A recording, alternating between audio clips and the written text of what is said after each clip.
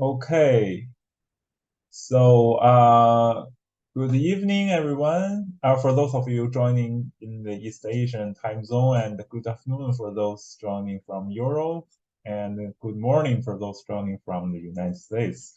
Uh, Welcome to join the third panel of this conference. For this panel, we have three wonderful presenters presenting their fascinating papers on on the religious connections between China and Africa.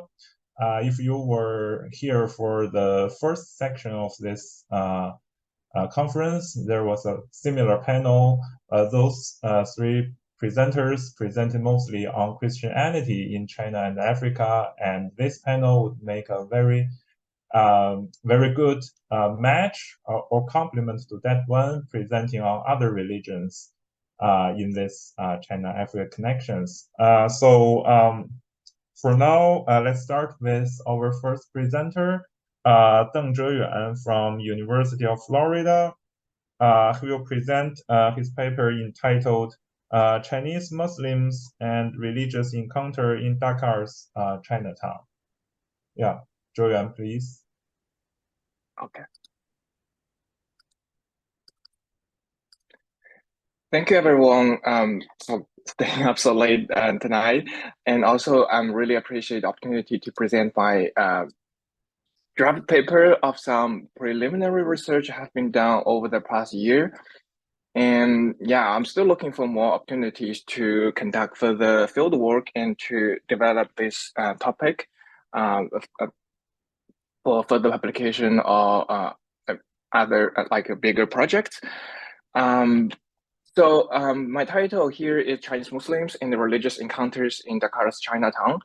When we look at the map here, we will see along the One Road, One Belt, a lot of countries are Muslim dominant countries, but I think as the whole conference has been discussing, we don't really talk a lot about religion in the current one BRI initiative, but historically we all know that religion played a very important role in the culture exchanges between China and other countries through the Silk Roads.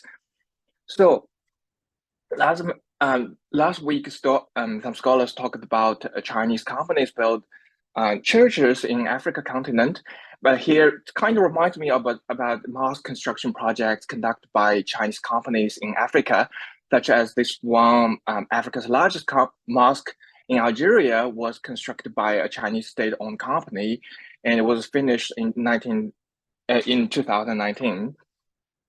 And then in Senegal, there is another huge mosque. It is one of the largest in West Africa. The mosque itself was built by a Senegalese company, but the chandelier here on the right was produced and installed by a Chinese company.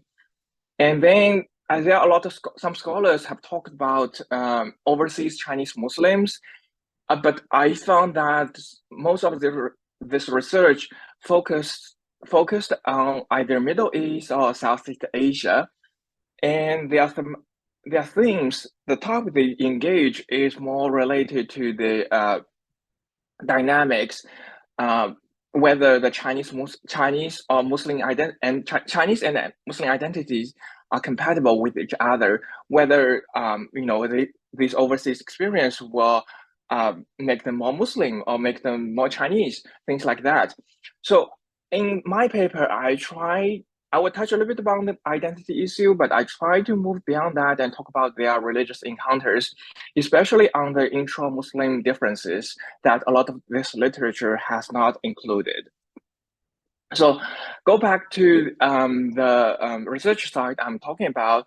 So here is the map of Senegal. The green line here is the Allée du Centenaire, which is also known as the Chinatown, or more specifically, more interestingly, among Chinese community is known as Henanjie, the Henan Street.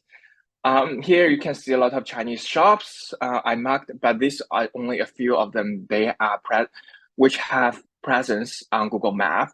And a lot of scholars have talked about this Chinatown in Dakar, and non-scholars, journalists, artists also talk about them. But interestingly, none of them have noticed the presence of Chinese Muslim in this Chinatown. As I can see, there is a Henan halal restaurant. You can see the Ta'amul Muslimin logo up there. Henan halal restaurant is very hard to find outside Henan in China actually, but you can see a Henan halal restaurant in Dakar. And here the second picture, it's a dressing store, clothing store, and here the name is Muhammad Pan. Muhammad is obviously a Muslim name. Pan is a Chinese surname, indicates that the owner of this shop is a Chinese Muslim, selling Muslim female dressing. It's also one of the main products those Chinese Muslims are selling in Dakar. So my research questions are how and why did these Muslims from Henan province arrive in Dakar, and how do they understand the differences between themselves and Senegalese Muslims, and how these understandings or misunderstandings influence their everyday life, their business. So I want to go back to talk a bit about China-Senegal relationship. I think I don't want to read all the text here, but I think I need to highlight that Chico Henan Guoji was one of the most important Chinese company in Senegal. It was awarded the assigned to build the stadium in Senegal as an aid project. And when 1996, Senegal cut its diplomatic relationship with PR China, Chico Henan Guoji remained in Senegal, and it was during this time more and more Chinese individuals began to settle down in Senegal.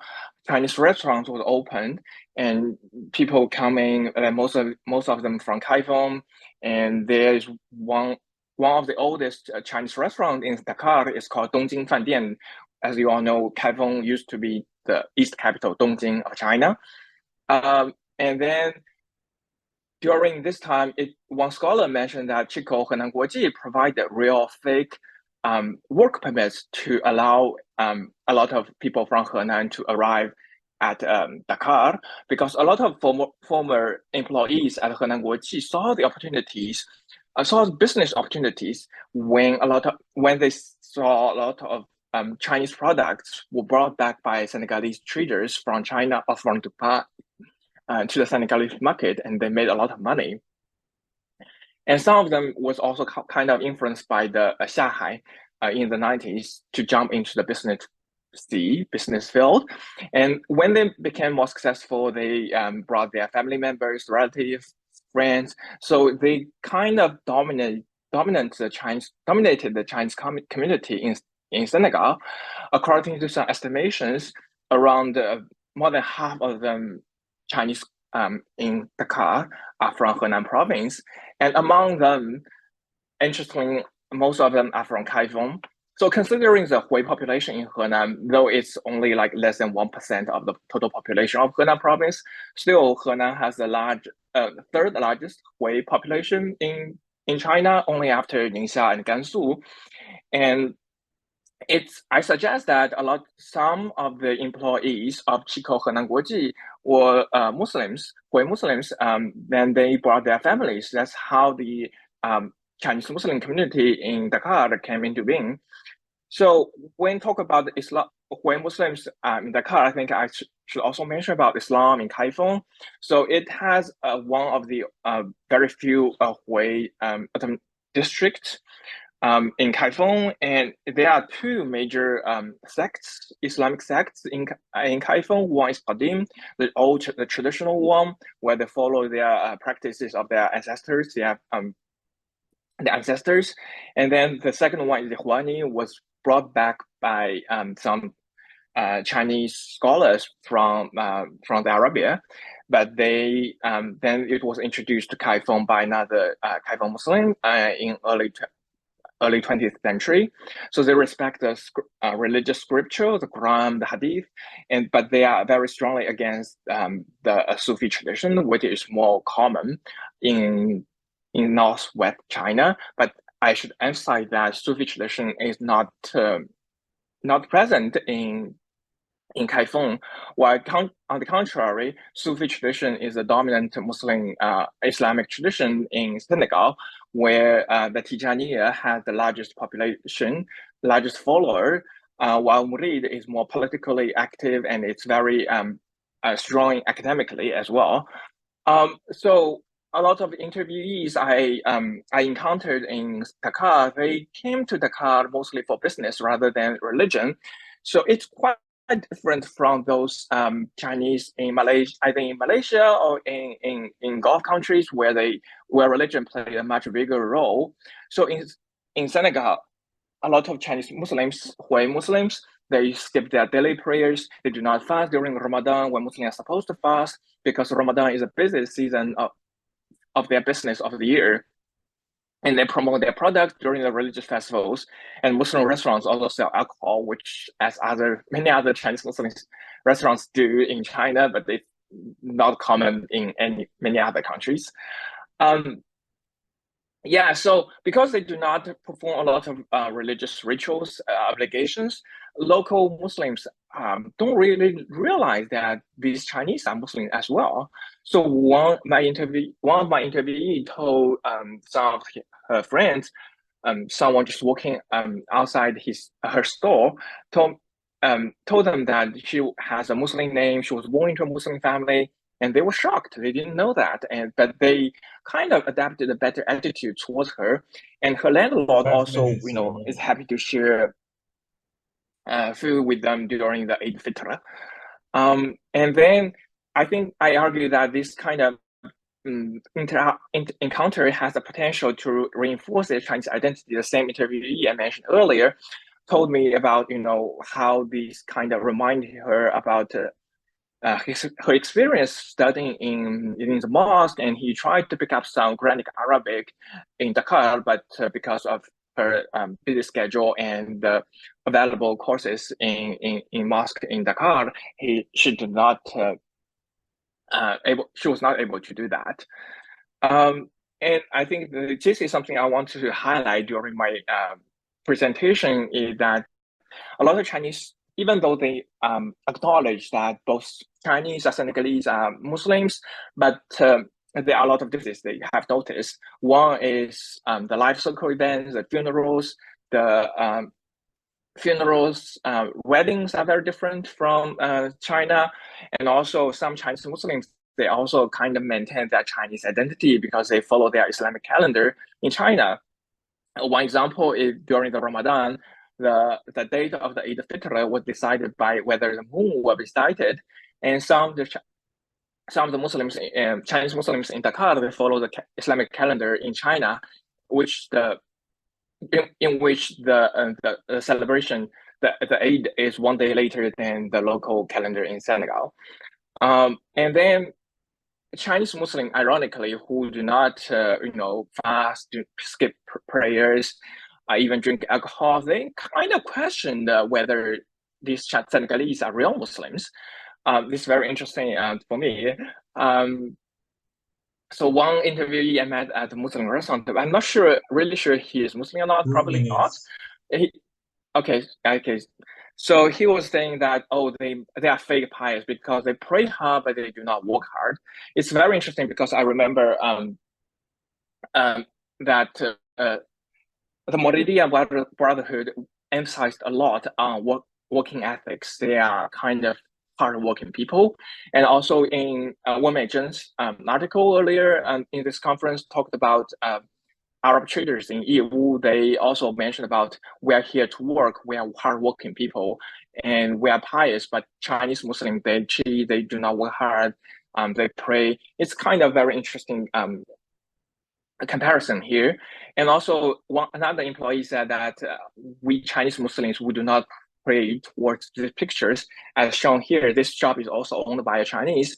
But this picture, I think this person probably is knowledgeable about Islam, but he is not really very knowledgeable about Islam in Senegal. So this picture, they are not object of worshiping or prayer. They are like the reminder of the Sufi followers in Senegal to provide spiritual help, spiritual guide when they are performing some religious activities. And there are some concluding thoughts. I try to argue that the common religion helped them to connect with their brothers, Muslim brothers and sisters in a foreign country, but might also create misunderstandings and rifts between them and others. And in this time, racism and also other economic partnership relationship also come into play.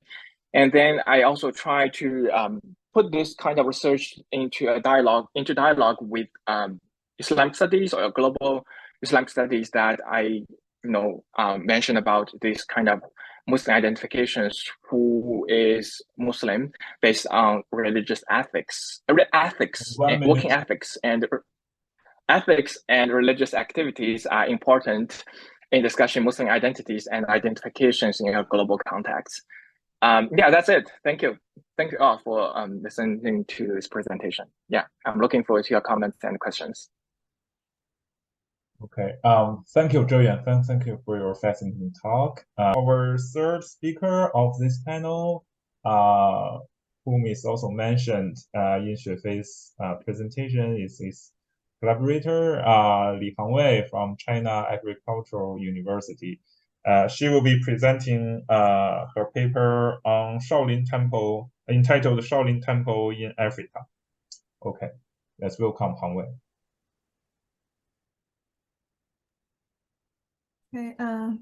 Okay, thank you, Rundong. Can you hear me? Yes. Okay, cool. So hello, everyone. And first of all, I'd like to say thanks to Hong Kong U for initiating and also organizing this fantastic conference. And thank you very much for having me.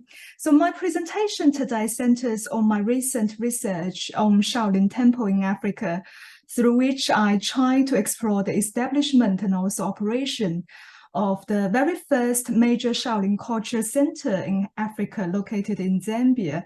I actually just traveled back from Lusaka, so my work is still quite fresh, but it's still in its preliminary stage, and I haven't really had the time to transcribe all the interview materials and also reorganize my empirical data. So your feedback will be very invaluable to me.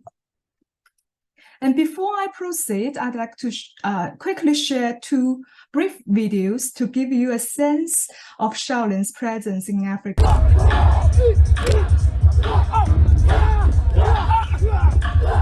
So the first video actually captures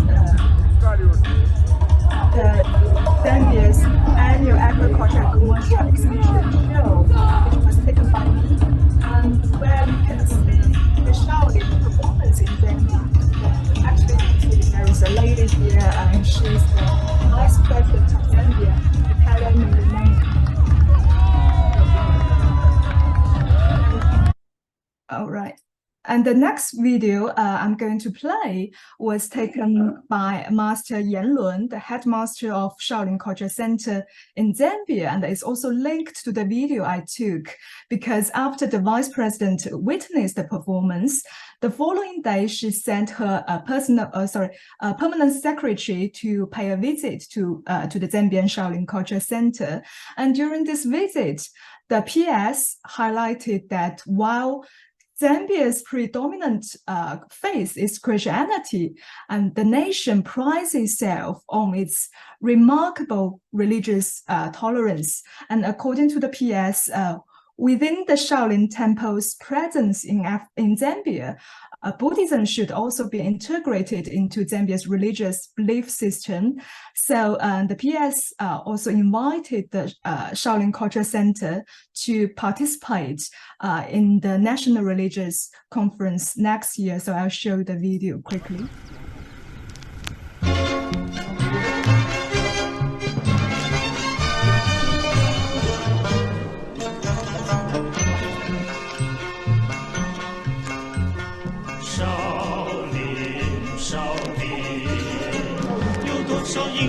界都来把你敬仰。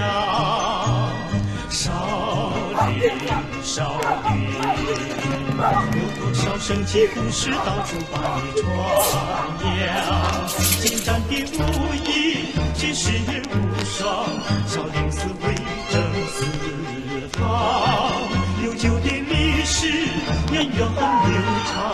少林寺美名辉煌，千年的故事，神秘的地方，嵩山有福，人人都向往。读书的故乡，迷人的地方，天下知。All right. So before diving deeper, let me just provide you a little bit more information about the center. So we know that a Shaolin Temple is the birthplace of Chinese martial arts. And at present, there are actually more than 200 Shaolin culture centers in more than 100 countries around the world. So the entrance of Shaolin into Africa is actually quite recent, as you can see, because the first center in Africa, which is the Zambian center, was only established in 2021. And the Zambian center was built by a business person named Jiang Qingde, who is also the chairman or president of the Hangwei Foreign Economic Construction Group, Hangwei Waijing. And the establishment carries a construction cost of $5.8 million US, so it's quite expensive, and spans an impressive 20,000 square meters. And it has a total of 229 Buddhist statues, and it stands as the headquarters for the China Songshan Shaolin Si in Africa. So what does this center do with academic debates? I try to foster dialogues within basically two streams of literature, one on China's engagement with Africa and one on the relationship between religious organizations, especially transnational religious organizations, and the party state.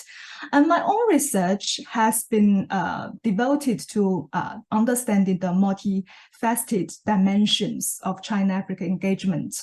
And while we see scholars have mainly approached this topic through geopolitical, geoeconomic lens, concentrating on tangible or material aspects, such as focusing on Chinese-funded infrastructures, such as railway, economic zones, trade, and investment. We also see a growing body of scholarship has also taken into a variety of aspects of China's influence from non-material perspective. For example, quite a number of scholars, including myself, have studied Chinese media presence in Africa, culture and language initiatives such as the Confucius Institute and other people-to-people exchange programs. So we have witnessed discussions and debates spanning concepts such as cultural imperialism, neo-imperialism, pragmatism, and South-South cooperation. So moving to the second literature stream, we observe that scholars have perceived Buddhism as a cultural asset and resource strategically employed by the party state to enhance its soft power and engage its culture and religious diplomacy. For example, some scholars have concentrated on the role of UFWD, which is the United Front Work Department, in shaping China's foreign policy and also cultural diplomacy. And among them, we can also see a considerable portion of this analysis actually focus on the impacts of Chinese Buddhism in the global South. And most of this research adopted a one-dimensional and oftentimes top-down and policy-centric approach. But based on my observation in the field, I would argue that the presence of Chinese Buddhist organizations like Shaolin in Africa actually surpass the conventional notions of the so-called grand strategy or the so-called state-led initiative. So in my view, comprehending these diverse experiences, motivations, perspectives, and also challenges entailed in the daily operation in Shaolin is very important for us in order to have a more comprehensive understanding. So my research questions, so what are my research questions? Basically, I try to understand how should we really analyze or understand the motives and aspirations that drive Shaolin's endeavors to promote Shaolin Buddhist culture in Africa. How should we really interpret the expansion of Shaolin in Africa? Should we view it as a mechanism through which the Chinese state seeks to project the so-called soft power, or in other words, that Shaolin's expansion signify a deliberate alignment with the Chinese state overarching ambitions, or constitute a more autonomous enterprise driven by factors that unique to the temple itself? So as for my research methods, so I conducted 26 in-depth interviews in Songshan, Beijing, and also Lusaka, and my interviewees include notable figures such as the abbot Shi Yongxing, Master Yan Ming, the chief instructor of Zambia Shaolin Temple monastic group, which you just saw him in the video, and he's from Cote d'Ivoire. And I also talked to both Chinese and government officials, including officials from the Chinese embassy and also the Zambian government. And in addition, I also analyzed some secondary data materials such as reports, media reports, internal documents, and videos, as well as photographs. So these are some of the pictures I took during my fieldwork.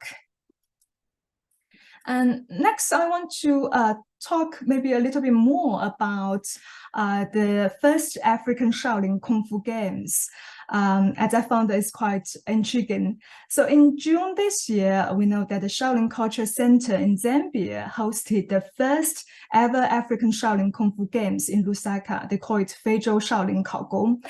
It was a 6-day event that brought together over 150 participants from 23 African countries. And the center also served, we know, as the venue for the Shaolin African Union founding conference, as you can see the picture here. And what was intriguing was that this event was actually initially planned to be hosted in the DRC rather than in Zambia. What was quite interesting is that this plan didn't also originate from the Chinese state or from the headquarters of Songshan Shaolin Si. Instead, it was actually proposed by an African called Dominic Centenan, excuse my French pronunciation, but his Chinese name is Shi Yanmai, who is also a very, very interesting figure. He's from Cameroon. I think he's the first African individual to undergo training at the Songshan Shaolin Si, and he's quite famous. So if you Google him, you could actually see a lot of media reports as he regularly performs on stage during shows. And he now, I don't have his picture here, but he now lives in France, but also travels often across Africa. And he also has very good connections in the DRC, where he has even fostered connections with the president of DRC, Felix Tshisekedi. So through the connection, Yanmai or Dominic, so he sort of like successfully advocated for the DRC president to extend a formal invitation to the abbot Shi Yongxing, inviting him to send to come to the DRC and organize the African Shaolin Games. And so very soon, the president's office actually sent a formal invitation to Shi Yongxing so that he and his team could go through the official travel application with different Chinese departments from, city level to provincial level to the state level. And the Shaolin Kung Fu Games was also initially scheduled to take place in Kinshasa rather than Lusaka during the month of June. However, we know that in May, because the president, Congolese president, he embarked on an official state visit to China. So the president office said, okay, because the president and all his officials surrounding him were very, very busy preparing for the state visit, they suggested postponing the event. But for Xu Yongxing and his international travel plans needs to go to a multi-layer approval from Henan and also from Beijing, and it's a very complicated process. So once an itinerary has approved, any alteration will involve postponement or cancellation, can also become very troublesome. So for the Shaolin Temple, postponing the event might be a better choice, but because state control and also considering all the bureaucrats, they had to report to many units in China, they decided to move the venue to Zambia. So next, I also want to, because of time constraint, I want to also highlight the relationship between Chinese state and also the Chinese transnational Buddhist organization, because I try to analyze both from both state endorsement and also state control perspective. So I would argue the biggest endorsement coming from the state is that the initiative of Shaolin culture going global has actually been designated as a key project brand for national culture export. And this is actually jointly authorized by several Chinese ministries, including the Ministry of Commerce, the Publicity Department, the Ministry of Finance, and also the Ministry of Culture and Tourism, as well as the National Radio and Television Administration of China.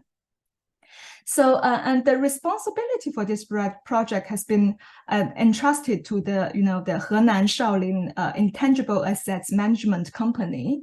But notably, this endorsement was only for the year of 2021 to 2022, and it wasn't specifically for the Africa project. And of course, the expansion of Shaolin Temple's influence into Africa has gained endorsement from Chinese diplomats and the state media. As you can see in the slide that Xu Yongxing was having a meeting with the Chinese ambassador to Zambia, Du Xuefei, and you can also see the Twitter accounts of the Chinese embassy.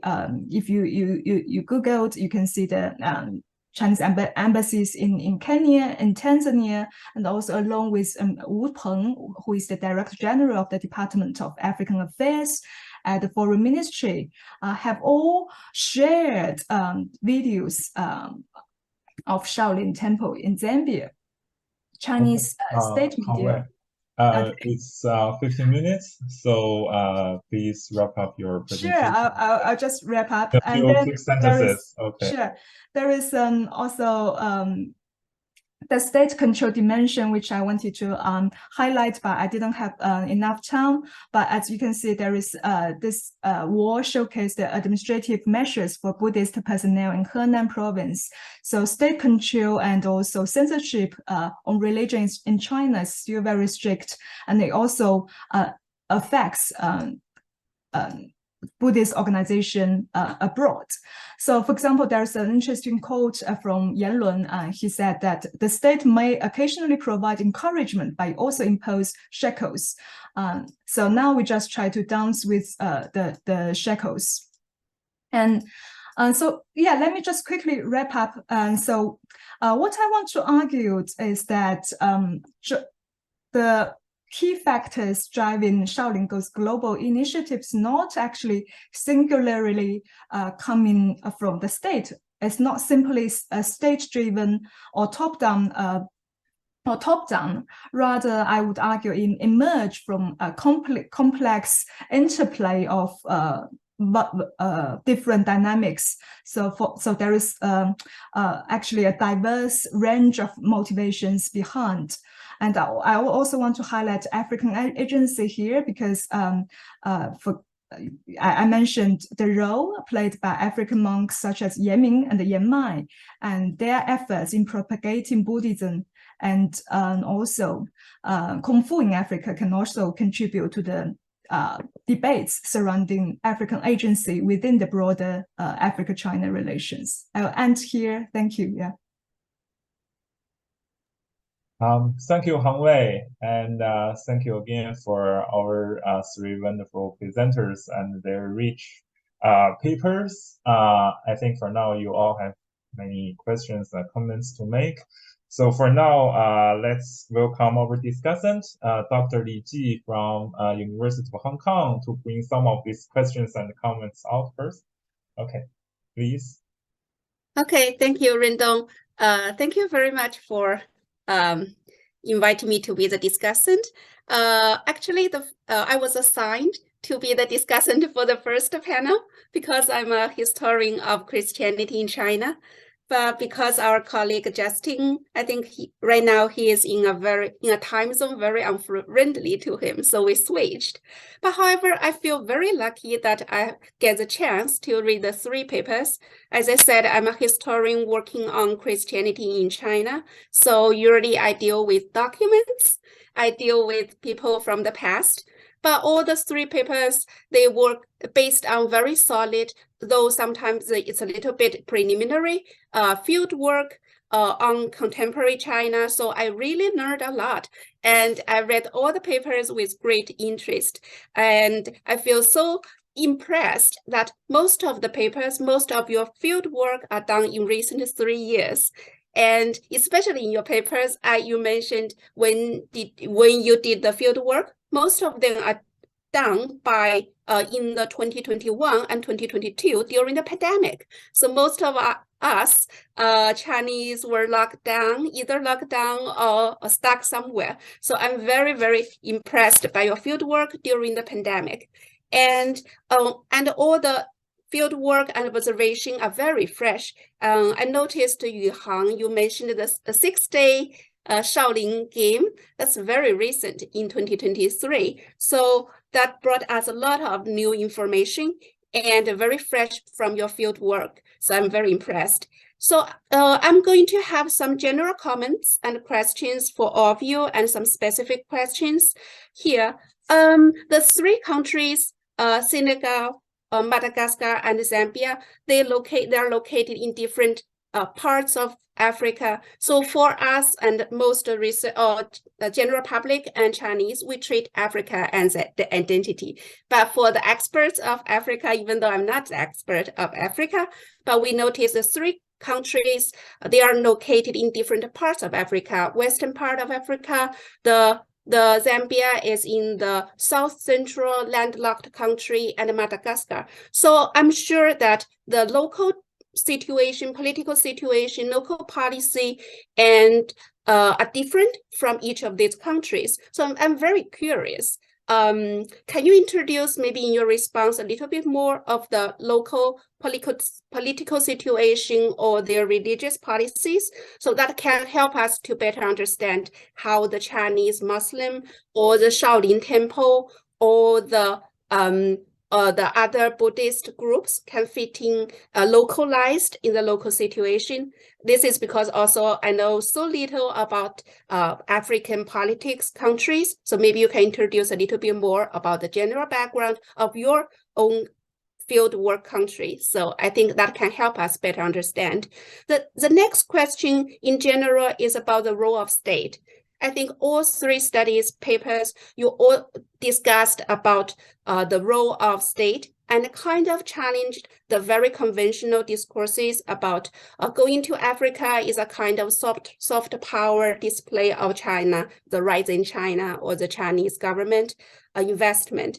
And I also noticed in your study, I'm just very curious, the provinces or the provincial government or the companies from provincial level, they played a very significant role. Like in the first paper, it's about Zheyuan's paper, the Henan Guoji, and then in the Hangwei's paper, you mentioned the Anhui Foreign Economic Construction Group. So all these provincial groups, even though they are representatives of the state, for the African local people, I guess they're just the sign of the Chinese, the power of Chinese state or the Chinese government.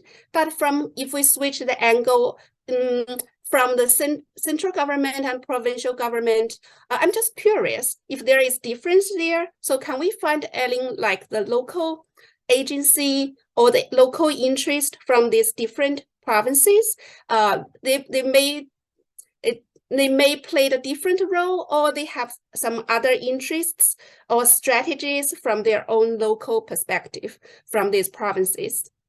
And the third question in general is because I study Christianity, so I'm just very curious and about the other religious groups, especially Christian groups, Christian churches, their reaction, their interaction or the interplay with the religious groups you studied. So maybe you can share a little bit more, especially I think Hangwei's paper, you mentioned Zambia is a dominant, Christianity is dominant in this country. So I'm very curious the interaction between the Christian churches and the Shaolin temple, for example, if you have noticed any interesting interaction between these different groups. And more specifically for the first paper, from Zheyuan, it's very interesting to see how the Chinese, let me see, the Chinese Muslim in Senegal. And I'm just very curious. You mentioned in your paper, in your presentation, perhaps you don't have enough time, but in your paper you mentioned that the overseas the Henan people in Senegal, mostly they went there because of their family relationship, their relatives. So after one got success or set up business there, they brought other relatives there. So I'm very curious, when we study Chinese diaspora in other parts of, for example, the Southeast Asia, so the Zongzu or the clan or so they established some of the family association or family groups there. So I'm curious if you studied, noticed anything there in your field work. And also, it seems to me that you also argued that their identity, Chinese identity and religious identity are quite flexible. For example, like they are all small businessmen and they think business is more important than their faith or than their beliefs in Muslim. So can we say that working in a Muslim country like the Senegal so helped these Henan people help them to construct their religious or Muslim identity, or their identity consciousness kind of became more important during their life in this country. And that's this one. Okay, the second one for the Xuefei's, this is also extremely interesting here. And perhaps because of the time, I'm very curious because the title and the second part of your paper, you mentioned that deconstructing the Indian Oceanic discourses, but in the presentation, you didn't have time to say more about it. And also in your paper, I'm very curious. Can you explain a little bit more? What do you mean by the Indian Oceanic discourse? And what do you mean by deconstructing from your research? And the last one, for the Hangwei, I really like all the videos, the pictures, and your field work there. That's very fresh from this year, most of them. And as I said, you mentioned religious tolerance of this country of Zambia in your paper, and I'm curious about how what do you mean by religious tolerance from the state or the government policy in this country? And as I already mentioned, what's the interaction between Christian churches and the Shaolin temple or the Chinese religious groups in general there? So that's my comments. That's all. Thank you. Okay, thank you, Ji, for these wonderful comments and questions, insightful questions. So for now, our presenters, maybe you can respond to Ji's comments and questions first, And after your responses, I will glean questions from our audience and have a round of question and answers. Okay, so maybe we can proceed from Zheyuan. Sure. Yeah, about the local policies in Senegal, I think there are two aspects I want to emphasize. First, is the policy towards Chinese migrants, Chinese traders. There is a lot of research has been done on that, but I didn't mention them because I think it's not that relevant for the Muslims, or in some case, to some extent. So, in the early 20th century, when Chinese community began to emerge in Senegal, in Dakar, a lot of traders, Senegalese traders, the Senegalese Traders Associations, they protested against the presence of Chinese, saying they are, import low quality product from China to damage the Senegalese market. While on the other hand, the consumer associations in Dakar, in Senegal in general, they protested against the Traders Association.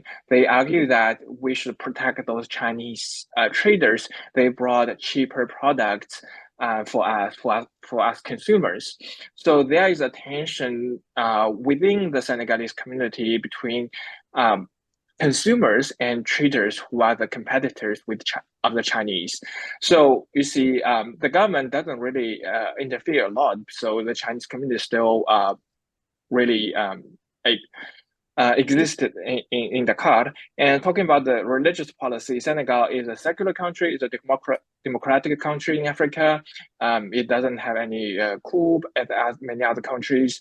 It's a secular country, and the first president of Senegal is a Catholic, but it is a predominantly Muslim country.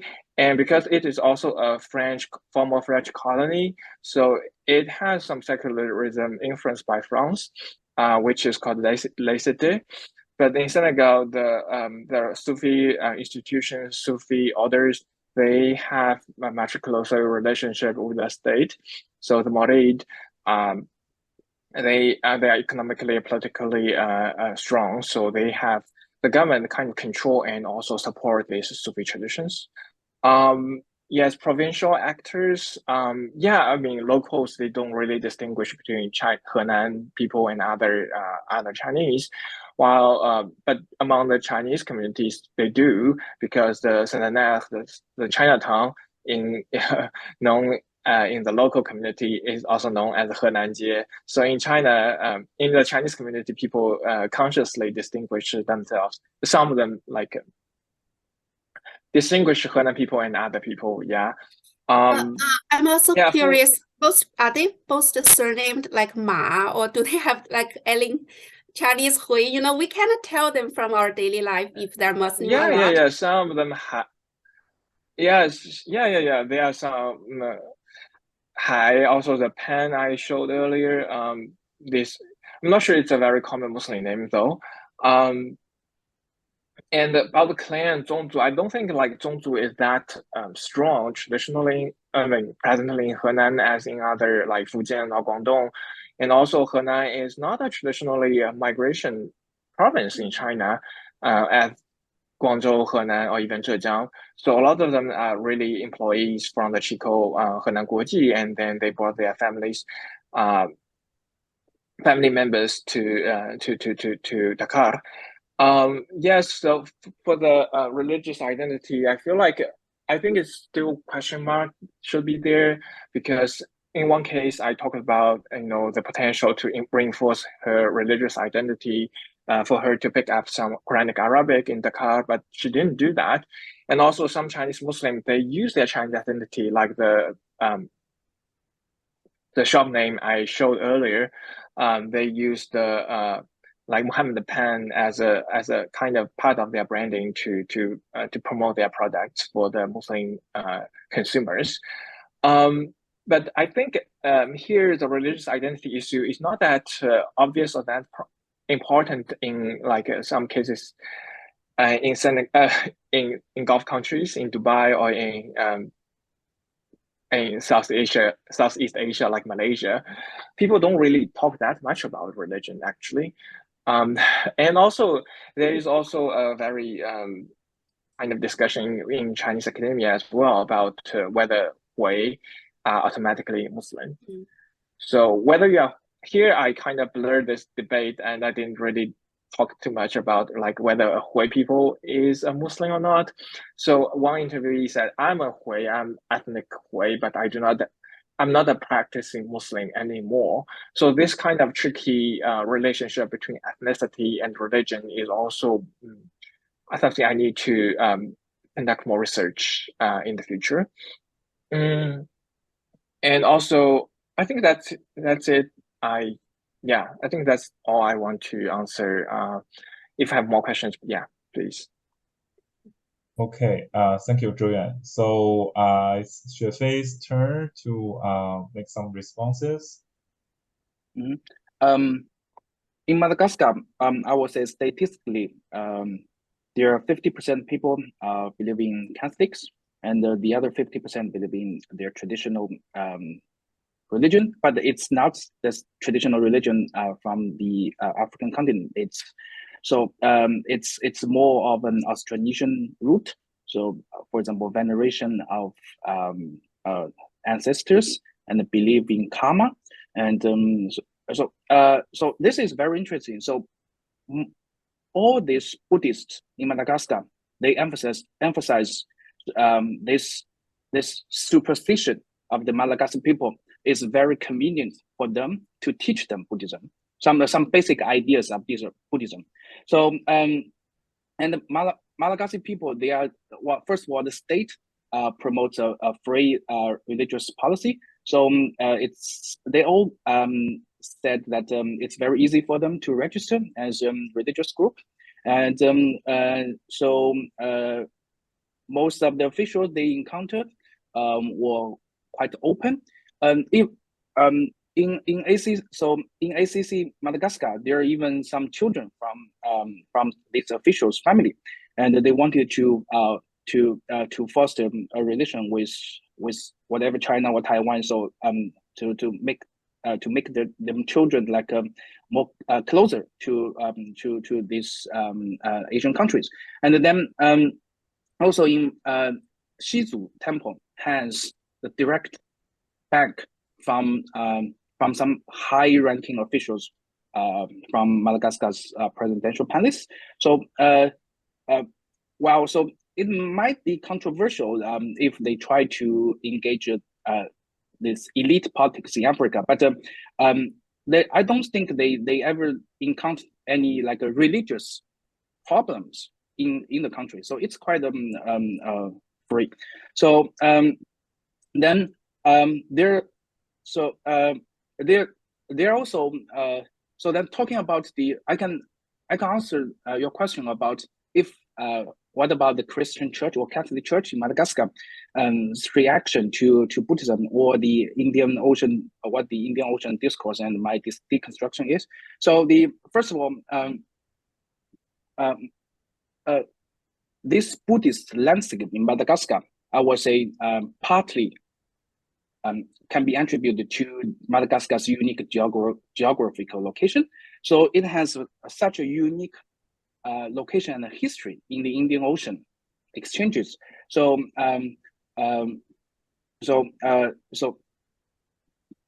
both temples from mainland China, from Taiwan, and even from France, they were able to come to Madagascar as their first stop in Africa. But then it's also debatable if this landscape or Madagascar in general is 100% African or not. So that is debatable because I don't think the models in Madagascar can be replicated in other African countries. Then talking about Madagascar's unique connection in the Indian Ocean.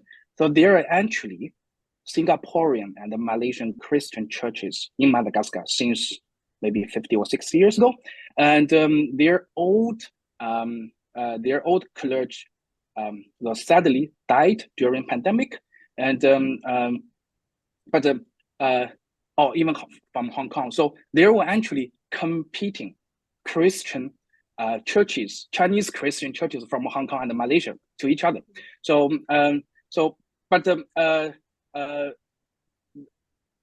it's a very, so because I didn't mention, because in Madagascar there is a very large Cantonese Chinese population since almost 100 years ago.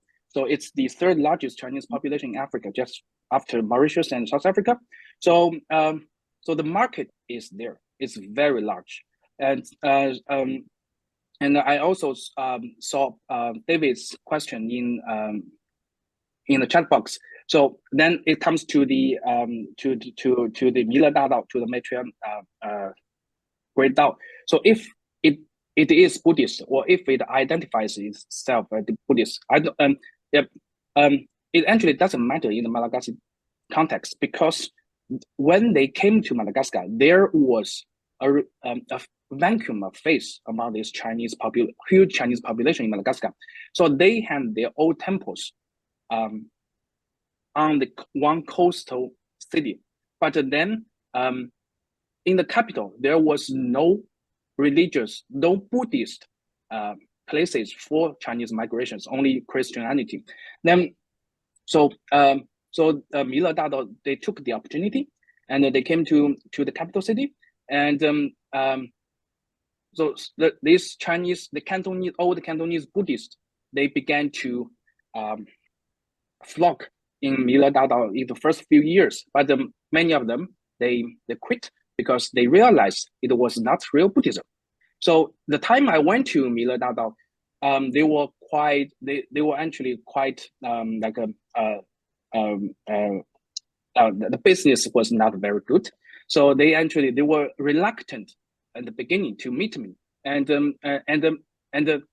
most of the Chinese I talked to, they knew, so they were actually essentially 一贯道. So they don't even know the Mila Dado is Chinese. So so when the first phone call I made to Mila Dado, I asked them, are you 一贯道 from Taiwan? And they were very angry. So we are not. And so we blah, blah, blah. But anyway, they agreed to see me. And so what I'm trying to say is that there's a huge religious market in Madagascar among these Madagascar Chinese. So then this Indian Ocean discourse, I just talked about the unique geography in Madagascar, but also there's also an element of time. We can see the dynamics between the colonial power of France and then the Taiwanese engagement with Madagascar. So Taiwan has had a relationship, Taiwan's diplomatic relationship with Madagascar was only cut after 1970s. So so there was a significant number of like Taiwanese in Madagascar. And then now we see the flock of mainland populations, and it's very difficult to find Taiwanese businessmen anymore on the island. But we can still find a lot of them. They're relevant. They're relatives in South Africa, in Mauritius, and in Seychelles, in nearby countries. Then the support of people, the support of like the human dimension. I would say related to this China-Madagascar or Taiwan-Madagascar relations. So the migration from China and Taiwan and from Hong Kong has never been interrupted since the last 100 years. Madagascar has been like one of the major migration destinations, even before all these discourses of China, Africa, or Belt Road was created. So it is so these Buddhists, they are using Indian Ocean discourse or stories, but because it's a religion, so it's a faith. So I'm not going to judge if it's right or not, but the undercurrent Indian Ocean exchanges between China and Madagascar has always been there, and very few people know it. Yeah, thank you. Okay, thank you, Xuefei, for your response. And now, Hangwei, please. Sorry. Okay, thank you. So first of all, I'd like to thank Dr. Li Ji's feedback, especially highlight the differences between different parts of Africa. And I think it's indeed very important to note that the diversity of the African continent must be taken into account. My supervisor, the British scholar Stephen Chen, was honored with a national award from the president of Zambia. However, it's regrettable to mention that he recently faced deportation from the Zimbabwe government. And speaking of the context of Zambia, we know that in Zambia, actually, if you Googled some data, for example, I remember the data from the Zambian Development Agency is that I think around 95% of the country's population is Christian. So Zambia is certainly a very religious country. And I remember the former US ambassador to Zambia, he criticized the country's harsh record on gay rights, and the Zambian government then just requiring him to leave Zambia. So Ambassador Daniel Forti was recalled to the US because of his criticism of gay rights in Zambia. While the reason the Zambian government gave was that because Zambia is a Christian country, so that and also I remember Dr. Li Ji asked about religious tolerance. So generally speaking, I would say Zambia is known for its relatively peaceful coexistence among different religious groups, although Christianity is the largest group, but the country also has other religious groups. And the constitution, if you look at the constitution, it protects freedom of religion. And also Zambia, it's a very ethnically and also culturally diverse country. It has 72 tribes. And the diversity also extends to religious beliefs. And so basically individuals, they have the right to worship and also practice their faith, mostly without interference. But there is certainly the challenge for LGBTQ groups. So the other question I think Dr. Li Ji mentions the provincial actors. So speaking of Mr. Zhang, who is from Anhui, but the Anhui province, I think this is more of an individual case because Anhui Waijing, it was a state company before, but now it's a private company. And speaking of provincial actor, Henan province definitely plays a role because Shaolin, Songshan Shaolin Sea is based in Dengfeng, Henan, right? And there is also the coincidence that Henan people in Zambia is actually quite a large group among the Chinese community in Zambia, because there is the medical teams, the Chinese medical teams were sent to Zambia, I think around 1980s. They were all from Henan, and also the medical teams I met, they're still from Henan, and so also there is also the entrepreneurs. There was one very influential entrepreneur, and he's also from Henan. He owns one of the largest private companies, Chinese private companies in Zambia, and he's also the president of Henan Hometown Association. And so if you are interested in the association perspective, I and Xuefei also co-authored an article a couple of years ago on Chinese associations in Zambia. And so what else? You also ask about the interactions between Shaolin Temple and also between the churches in Zambia. Actually, there are quite often interactions between churches and also the Shaolin temple. For example, even during Shi Yongxin's visit to Zambia, he also had official meeting with the representative of Zambia's national church. And I asked about his experience. So he told me that basically they were discussing religious and philosophical questions posed by the common issues humanity currently face. For example, where do humans come from and where do they go? So Shi Yongxin told me they had very intriguing discussion and interaction, and sometimes so people from some of the churches in Zambia also visit the Shaolin Cultural Center, and they sometimes even organize some events together. And this also echoes with my other research on the Longquan Temple in Longquan Tanhua Temple in Tanzania, where the Longquan Tanhua Temple also frequently interact with Muslim people and also Christian groups in Tanzania. So I think they are just being quite open and trying to really using a kind of localized approach. For example, so like for the monks in China, they don't eat meat; they're vegetarian, right?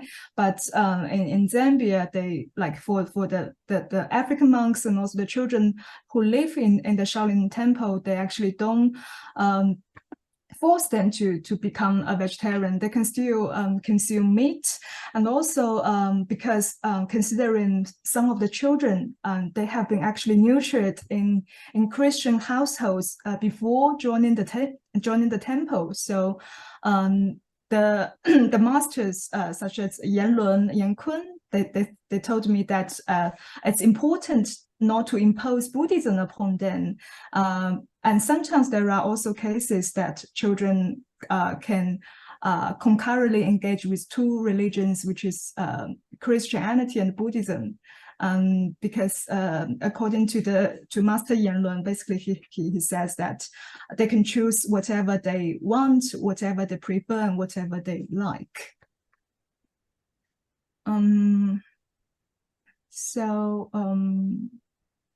So should I address? I saw a couple of comments and questions in the chat box. Should I answer now or should I answer later?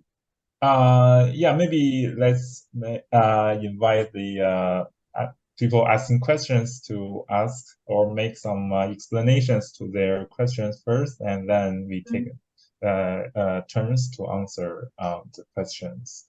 So let's start with David. And since there are 4 people asking questions, so maybe let's just invite them ask these questions together, and then you answer these questions by taking turns. Yeah, please, David.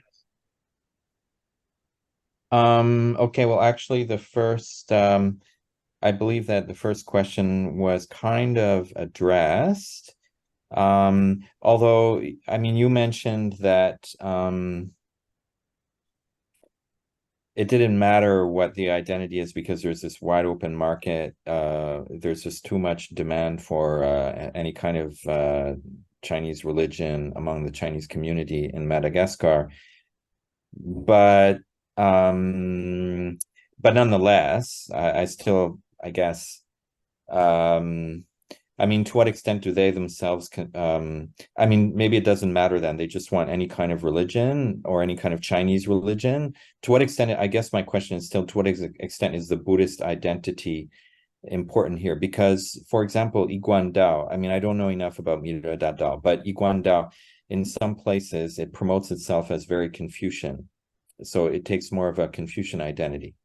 Of course, Yiguan Dao can adopt, it combines all 3 and even 5 teachings, but depending on the socio-political context, sometimes it will foreground one instead of the other 2. And so in many places, that's Confucianism, as we actually had in our, it was actually one of our in-person papers a few days ago here at Hong Kong U. that in Cambodia, I Quan Dao actually is very active in promoting the Chinese language and taking on a kind of Confucian kind of self-presentation. So Milo Da Dao sounds like Buddhist, but actually because it's Milo Fo, it's definitely not even, I don't know. So how are they really presenting themselves, as Buddhist or something else? And then my question, I was curious, well, I had the same question as one that was posed a little later about the, I think it was Majen, about the Taiwan mainland interactions and interplay. I was curious about that, but I let Majen ask that question. But then another question is the branding of Shaolin. And actually, Gongchen, if he's still available, because he said he's on the train and his connection isn't very good, but this question is kind of based on what he's told me. So maybe he would elaborate on that. That the Wushu has very poor, is not going very well in terms of the, how can I say, the branding and the, anyway, he can talk more about it, but somehow the Shaolin is very, very good at the branding, and it's a religious thing, and so it's working very, very well.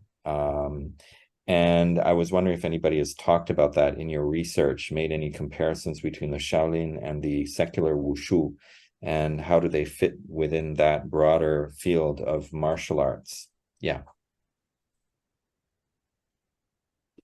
Okay, thank you, David. And the next person who asked question is Dr. Masabo.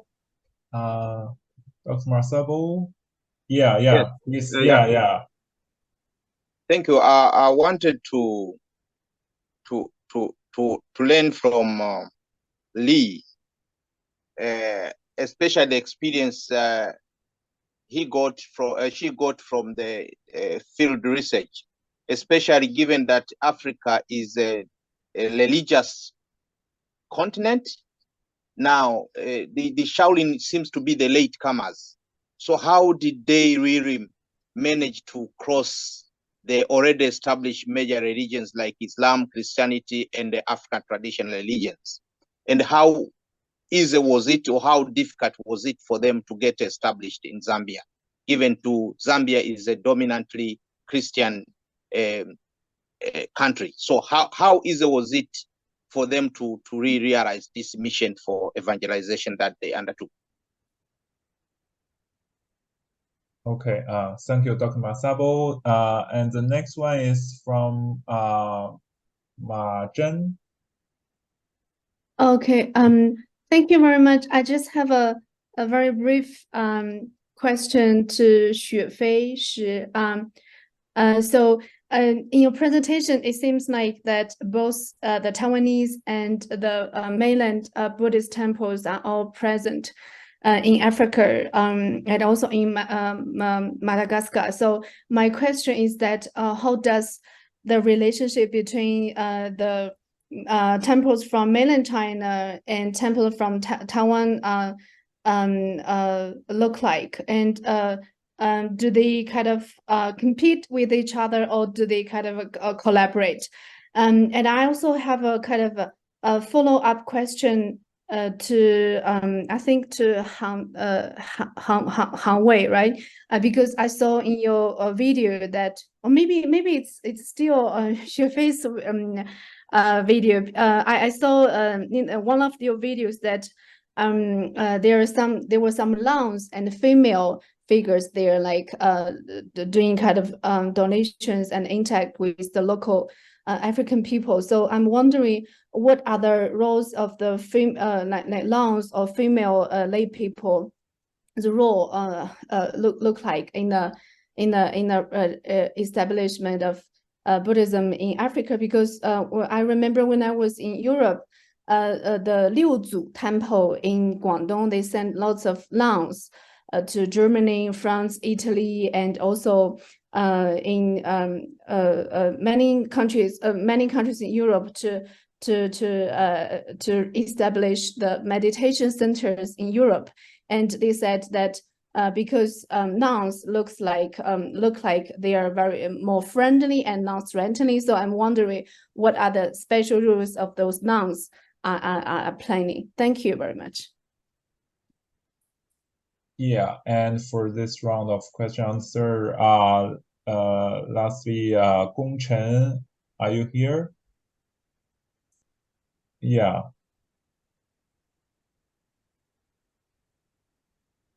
So, are you okay to ask question yourself, or I read it for you? I think he's muted. Yeah. Can you hear me now? I'm sorry. Yeah.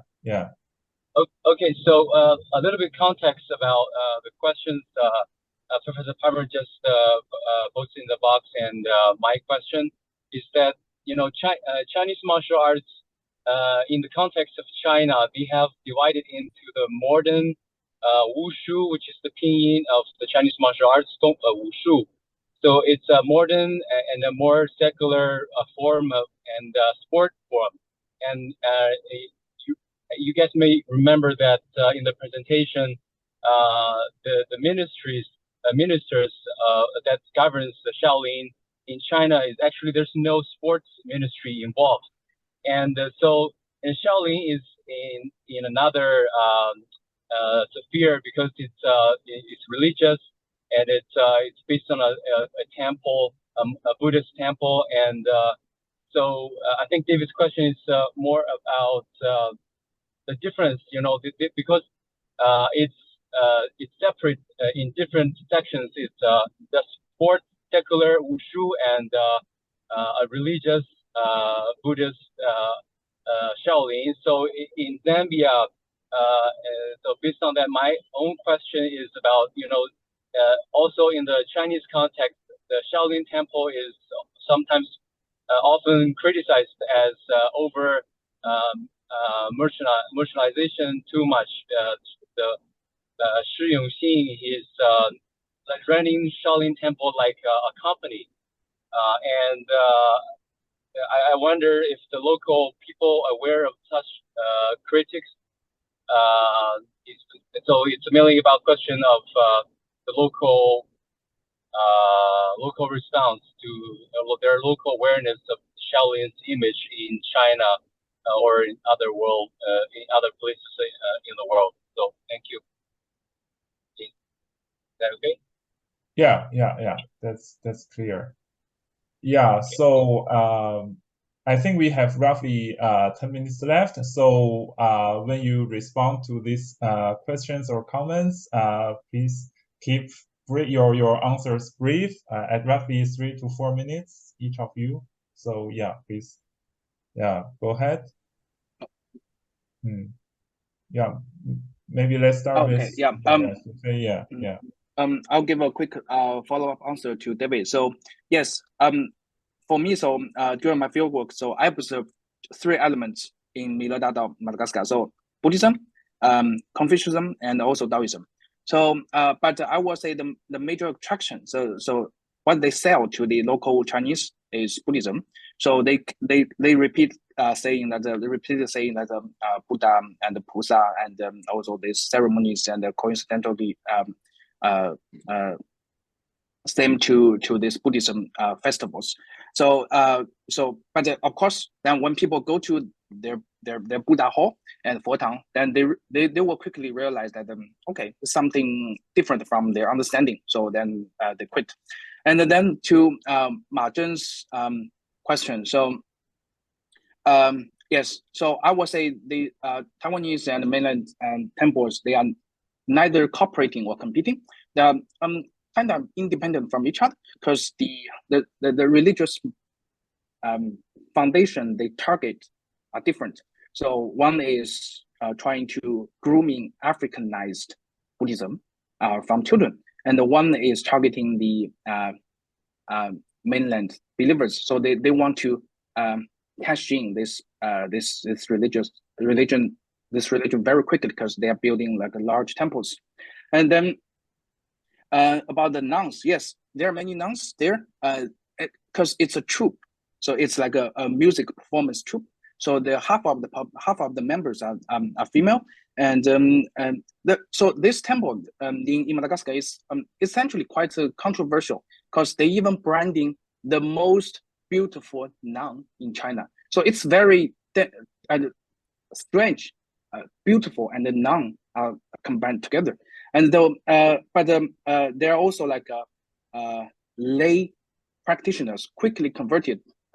Within like a few months, the temple, this monks arrived in Madagascar, and also from these old Chinese communities. Then there are also like volunteers. So their image. So there is even, yes, I think they have like a softer image. They are aware of it, and they are really using it. So one of these nuns or the practitioners, she's even so I have her WeChat. So every day my WeChat flow is bombarded by her commercials, because she's trying to make some money selling some like masks to her believers. So it's like so it's these females, they are really playing a big role in this enterprise.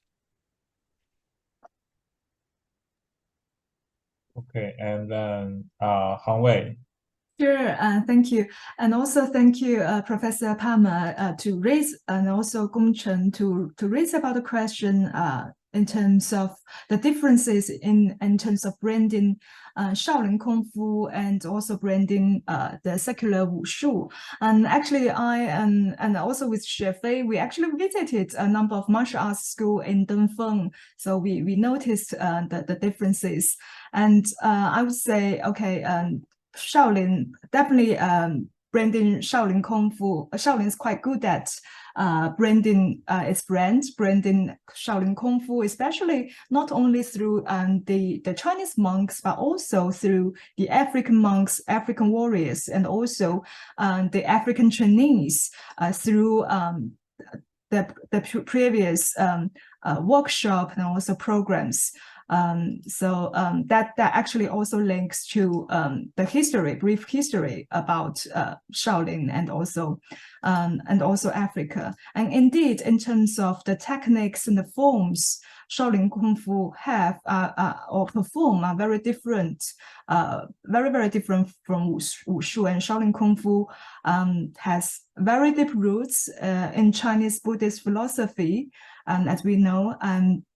So, and also has this kind of spiritual cultivation where Wushu doesn't, like the secular Wushu doesn't necessarily have.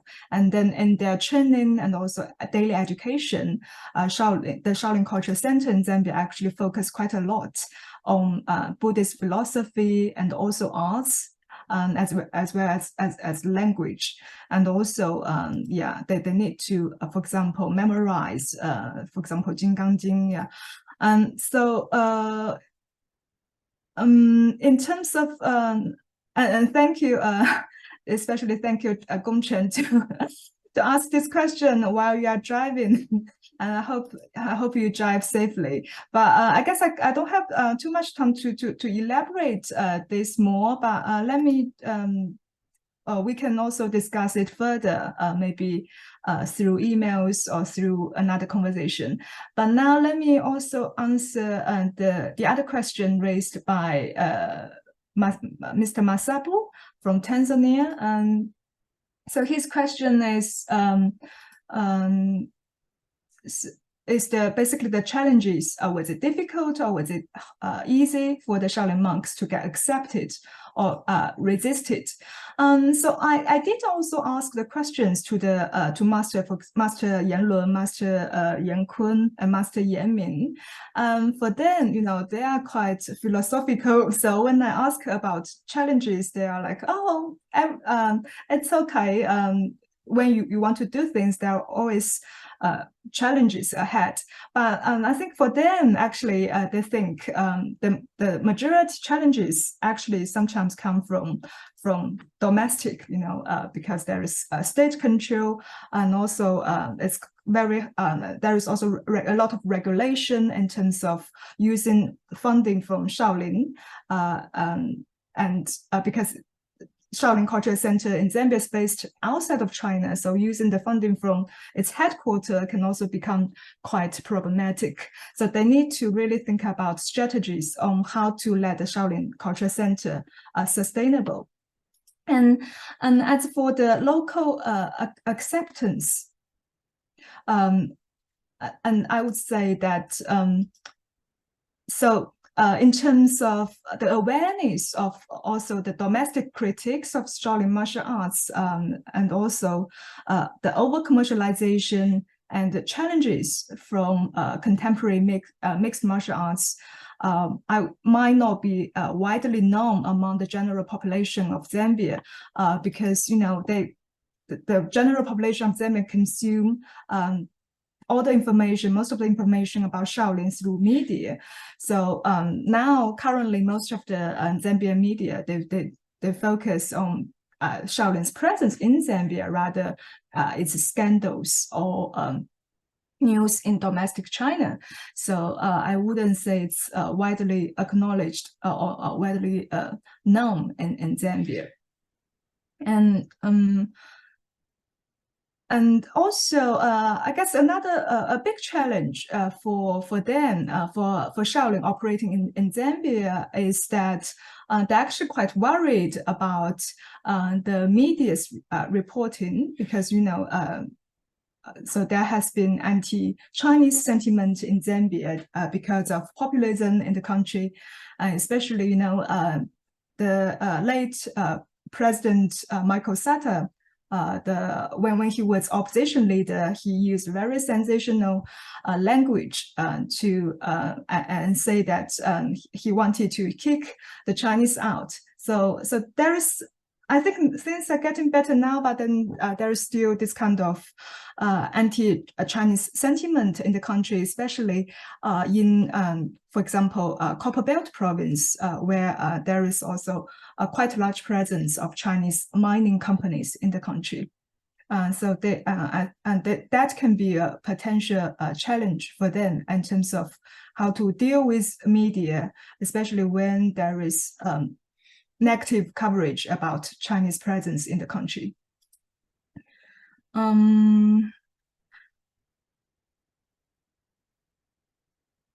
So I hope I have addressed all the questions. Yeah. Did I miss anyone?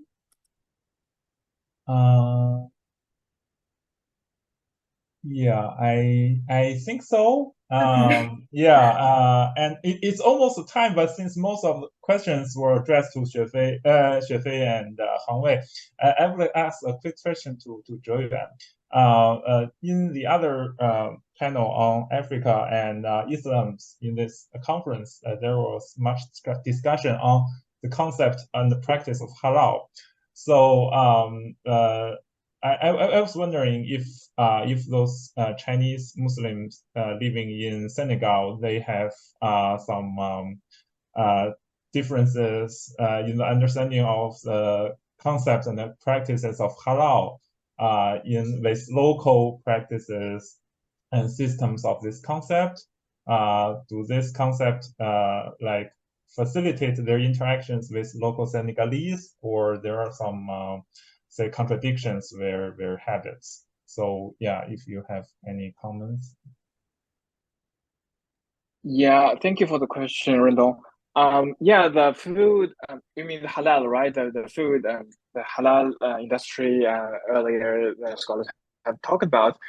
In Senegal, I think the Henan Muslim restaurant is just recently opened. I think it was 1 year ago, I think.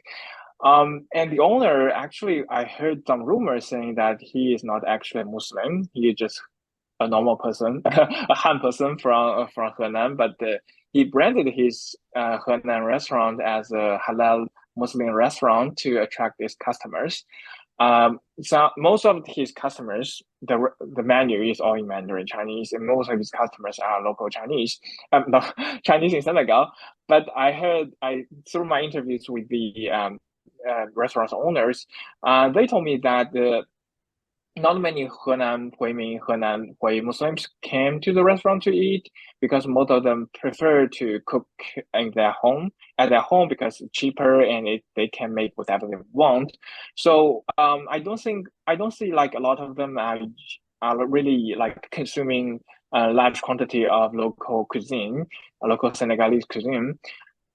So I think the interactions is kind of limited. In Senegal, the food, I mean, it is Muslim country, so most of the food sell on the street are halal, and but they don't really brand it as halal as very like commonly seen in China or in other countries where halal restaurants with labeled as halal because basically everything is halal. Yeah, that's something I want to add on. And also there is a small group of Christian minority in Senegal. They also, they raise pigs in their villages.